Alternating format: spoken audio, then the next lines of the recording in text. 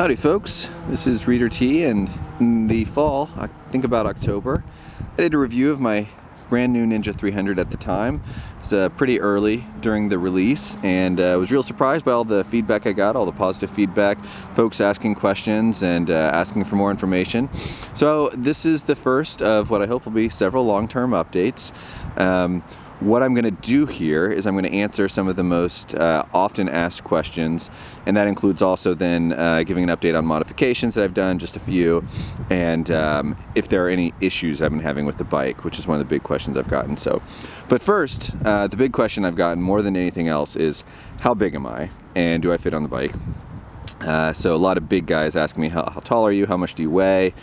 How much do I weigh? Well, that's kind of a personal question, but I will tell you. So I'm 6'1", I'm 200 pounds without gear. I wear a lot of gear, and so I'm probably 220, 225 when I'm sitting on the bike. So I'm not a small guy, and it goes just fine. I think I fit just fine, but what I've decided is I'll let you decide if you think I fit just fine. So what I'm going to do is I'm going to pull my helmet on here and get on the bike fully geared, and first I'll get in a kind of standard commuter position. I'll scooch back and tuck in a little bit, and you can decide for yourself whether you think someone my size fits well. So pull my helmet on here.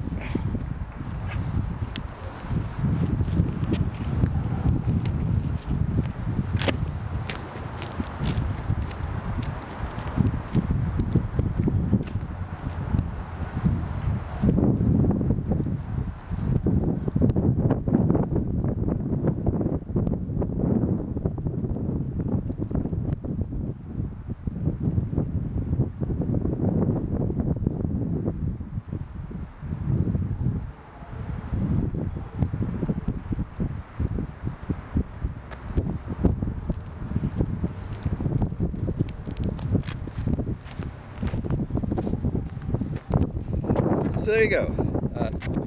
Like I said, I feel like I fit just fine on the bike. I can even get in a full tuck. My elbows are touching my knees, whatever. But when I'm on the interstate, I do tuck sometimes, and it's no problem. So there you go.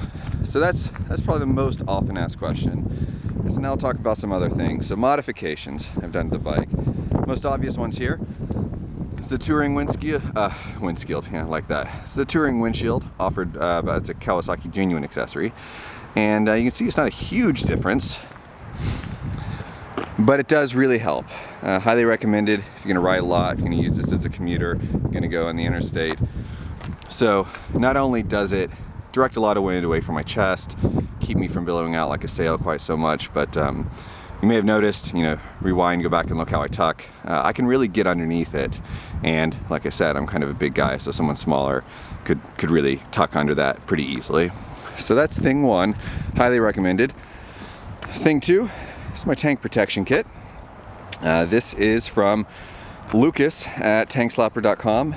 He was awesome to work with, and he basically did a custom design for me. I wanted a carbon fiber design, and I wanted it to cover the whole tank, both where I grab with my knees here so that my leathers wouldn't scuff up the sides, and if I'm laying down on the tank, I wanted all of this protected if I use a tank bag or a video camera eventually, put it up there. So yeah, I think it looks great. I had to install it myself. Be nice, maybe it's not perfect. I think it looks pretty darn good, actually. I was pretty pleased with it, but there you go. So that's the tank protection kit. Keep my paint on my tank getting all scratched up by me, the elements, a camera if I stick one on there, what have you. So that's thing two. Last modification I did, whoops, wrong side. Can't see anything, I'll point to it anyway, but let's see.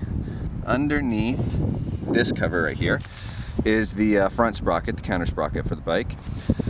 From the factory, the bike comes 1442, I believe. 14 tooth on the front sprocket, 42 tooth on the rear sprocket. That's a really aggressive ratio for low down torque. And while that's fun, nice small bike, it still has some real pep to it. First gear is almost unusable. I started to realize when I really commuted a lot on it. And I really would like first gear to be taller and have some of the other gears spread out a little bit, make more usable power. So I threw a 15 tooth counter sprocket on there, and you know, the idea is that would have lost me a little bit of low end torque, but I gotta tell you, I didn't feel any loss. It actually feels faster to me because I've got more of those low gears to use now. So first gear is totally usable. To me, just subjective feeling, it feels like a bigger bike now because the gears are taller. I can use them longer, so I can really hold first, second, and third gears out. I don't shift up all the time so quickly like I did with the stock gearing. So I love the 15-tooth gearing. Thanks to some of the folks on the forums who tried it before me and recommended it. One guy said it perfectly. He said, this is how the bike should have come from the factory. I think that's right. $14 off of Amazon, so you can order a 15-tooth sprocket. Fits the 250 or the 300 for a few bucks, as long as you've got an impact wrench or something to get off the counter sprocket nut, which is a total beast. I think it's got like 80 foot-pounds of torque on there. You can do it yourself. I wasn't able to loosen, I wasn't able to break the torque on the counter sprocket nut, so I had to pay a couple buddies at the shop half-hour of labor to throw it on there for me, but no biggie. So there you go. So those are modifications to date. I like them all. Probably not going to do a bunch more. It's a real beast of burden for me. She's a utilitarian bike. You know, I've only had her for the winter, so I'm not doing a bunch of joy riding. And this long-term update, we're at a little over 3,000 miles. So I would not be at all surprised once the weather gets nice. I'm actually riding for fun and not just to get places. Put on 12 to 15,000 miles this first year. So, you know, make it more comfortable. Things like the touring windscreen, my Kriega luggage, which I had even with my Triumph. This is the 10 liter. I've also got the 20 liter bag you can stack as a modular system. Protect it a little bit, make a little more usable power with that counter sprocket. You know, if I had unlimited funds, maybe I'd do the exhaust retune and all that, but yeah, she's just fine the way she is. All right, so my impressions after getting through the winter, putting 3,000 miles on it. This is a great bike. I did start changing my commute. I'm moving further out of DC, and I'm doing about 20 miles each way on the interstate. And if I'd have known that when I was bike shopping, maybe I'd have gone for something more like SV 650, Ninja 650, but I just doubt it. That would have been the smarter choice maybe. But this bike handles it fine, especially I'm still not too broken with my body yet. I can handle tucking when I need to. And it's just so much more fun out in the twisties. You know, so light, so easy to flick around. So it's a little bit of a compromise. If all you're doing is interstate riding, and maybe you do want something a little bigger, a little more stable. But I think it's still just a fantastic street bike. I did finally come to dislike the 14:42 sprocket ratio. The 15-tooth, huge advantage. So that's no longer an issue. The last thing, a lot of 300 owners are reporting this right here. Whoops, sorry, I can't see. This gapping in the fairing. It is a problem from Kawasaki.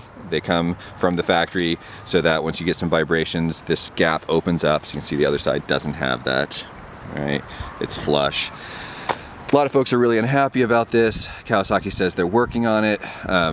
Maybe they'll release some tabs or something to get thrown in there by the dealers.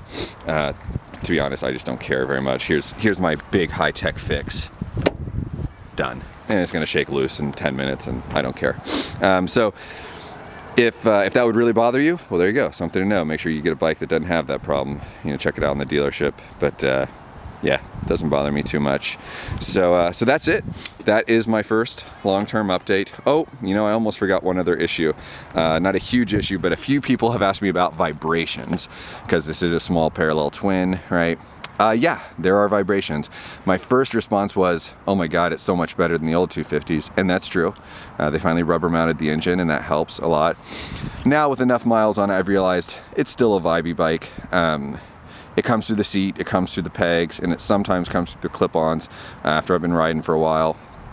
So yeah, if you're not into twins because of that, it's totally understandable, but it's just not a deal breaker for me. You know, you're not buying an inline four. You just know that. So yeah, so my wife tells me that sitting on the pillion seat on this small bike with a parallel twin, she says the vibrations are almost unbearable on the pillion seat. She might be picky.